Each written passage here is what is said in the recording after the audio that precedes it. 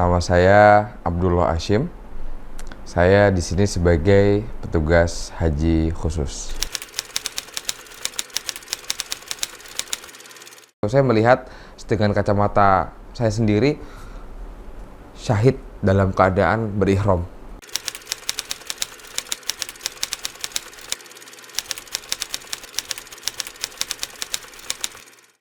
Perkenalkan, nama saya Abdullah Hashim.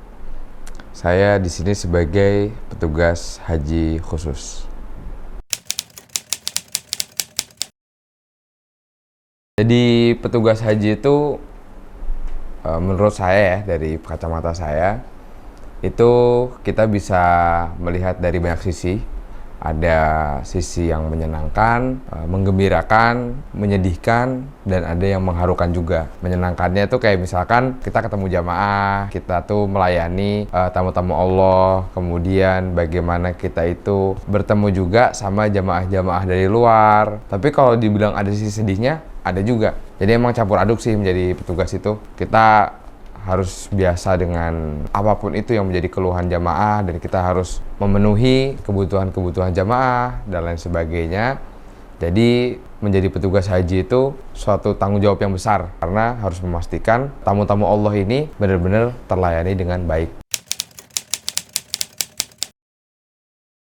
Kalau misalkan saya melihat sudut pandang, mungkin susah ya buat menyampaikan satu hal yang nggak dilihat sama jamaah, karena keseharian kita memang sama jamaah. Tapi ada satu hal yang saya lihat dan itu cukup menyentuh perasaan saya, karena selama ini saya menjadi petugas umroh, menjadi tour leader dan sebagainya, belum sampai menemukan pemandangan yang saya lihat di haji. Jadi waktu kami itu telah selesai melaksanakan manasik haji, dari mulai tarwiyah kita langsung pergi ke Arafah untuk melaksanakan wukuf, setelah itu Musdalifah. Di situ posisi udah capek banget. Saya bukan maksudnya mengeluh, tapi memang suhu sekitar 50 derajat, dan posisi kita selama 2 hari berturut-turut full melaksanakan kegiatan ibadah haji.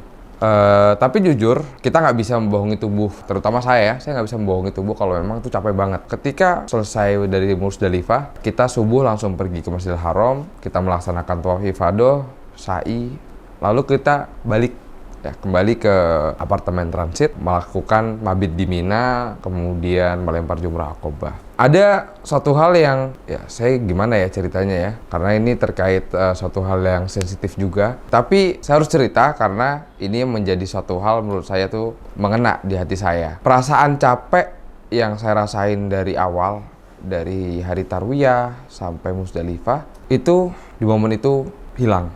Saya nggak bisa merasakan capek, nggak bisa merasakan bahkan keberadaan diri saya di situ. Seolah-olah apa yang saya lihat itu nggak saya percaya. Setelah turun dari bis, posisi saya sudah senang ya, akhirnya bisa kembali ke hotel transit. Tapi bukan senang karena apa-apa, senang karena akhirnya bisa setidaknya itu ketemu kasur lah. Itu bahagia. Kita sama jamaah mengucapkan alhamdulillah setengah perjalanan haji itu sudah dilalui, kita bisa mabit. Tapi itu perasaan bahagia itu berubah seketika saya turun melihat jalanan itu penuh dengan mayat. Yang semoga Allah merahmati mereka semua dan memasukkan mereka ke dalam surganya. Tapi memang yang saya lihat, awalnya saya nggak percaya. Saya mikir mereka ini belum meninggal ya. Saya mikir ya mungkin mereka ini tidur gitu ya, karena ada jamaah-jamaah dari negara-negara lain yaitu tidur di jalan. Ya perjuangan mereka untuk bisa haji sangat sulit. Bahkan saya melihat dengan mata kepala saya sendiri bagaimana kemudian mereka itu menunggu waktu haji sambil tidur di jalan karena nggak punya hotel. Jadi saya cuma ngelihat di situ ada satu. Saya mikirnya wah, masya Allah, di syahid. Saya udah berpikir seperti itu. Saya melihat dengan kacamata saya sendiri syahid dalam keadaan berihram. Kalau kata Rasulullah SAW, barang siapa yang meninggal saat haji itu dikategorikan syahid. Dan itu saya lihat dengan mata kepala saya sendiri. Dan saya mikir, apa benar mereka ini meninggal? Atau mungkin cuma pingsan atau dan lain sebagainya. Sampai akhirnya saya coba jalan. Karena posisi hotel transit saya dan parkir bis itu lumayan jauh, jarak sekitar 1 kilo, karena emang harus jalan kaki, nggak bisa masuk. Ternyata posisi orang syahid ketika berihram nggak cuma satu. Saya bisa mengkonfirmasi bahkan sampai puluhan. Yang saya lihat dengan kacamata saya sendiri itu sekitar puluhan. Nggak terbayang bagaimana proses ketika mereka akhirnya tuh syahid karena kepanasan, karena dehidrasi, karena nggak dapet tempat tinggal, karena nggak dapet naungan, yang akhirnya tuh mereka harus nggak bisa melanjutkan ibadah hajinya sampai tuntas. Tapi kacamata saya coba ngelihat dengan sudut pandang yang lain. Saya melihat bagaimana bahagianya mereka yang bisa syahid dalam keadaan haji, dalam keadaan berihram. Sampai sekarang saya nggak bisa lupa sih sama momen itu.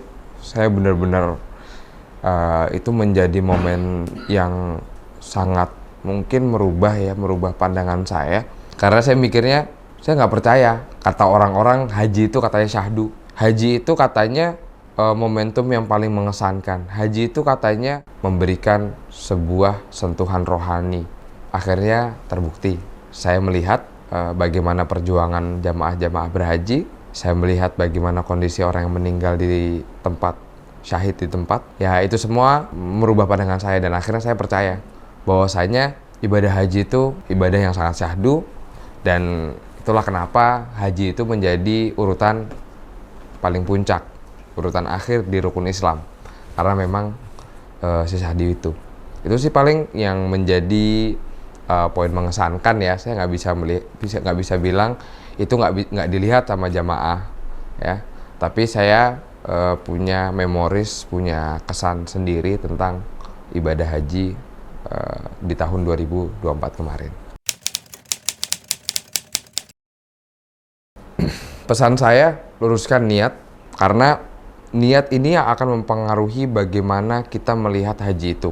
Bagaimana kita bisa mengambil pelajaran dari haji, itu tergantung niat. Kenapa orang-orang itu ketika haji, saya nggak dapat apa-apa, saya juga kemarin haji biasa-biasa aja, ya mungkin niatnya yang salah. Tapi kalau memang niatnya itu ikhlas karena Allah, kita hari-hari sebelum akhirnya itu berangkat haji, kita coba bersihin diri kita, bersihin hati kita, dan juga memfokuskan niat haji ini hanya dan semata-mata untuk Allah Ta'ala, maka kita akan bisa mengambil pelajaran, hikmah, ibroh yang cukup banyak dari haji ini.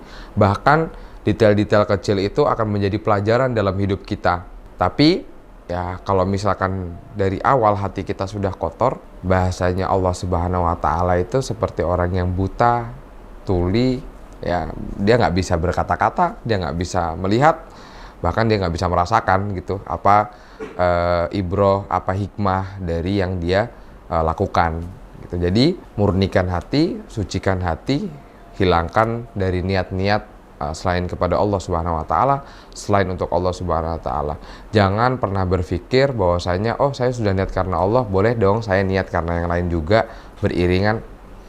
Itu nggak akan bisa, karena kalau kita sudah niat haji, usahakan kita benar-benar niat karena Allah Ta'ala. Karena balik lagi tadi, output haji mabrur, output kita itu sebagaimana dikatakan oleh Rasulullah SAW, kembali sebagaimana kita dilahirkan oleh ibu kita sendiri, itu diniat. Makanya mabrur atau tidaknya itu nggak bisa dilihat sama minta, saya hajinya tadi mabrur nggak ya Ustadz? Ustadz, saya hajinya mabrur nggak ya? Ya itu nggak bisa dinilai sama orang. Itu kita sendiri yang tahu dan Allah yang menilai bagaimana niat kita dan bagaimana Allah menilai niat kita. Tapi seenggaknya kita dalam melakukan manasik itu sesuai dengan sunnah-sunnah yang diajarkan oleh Rasulullah SAW. Masalah niat itu dikembalikan ke pribadi masing-masing.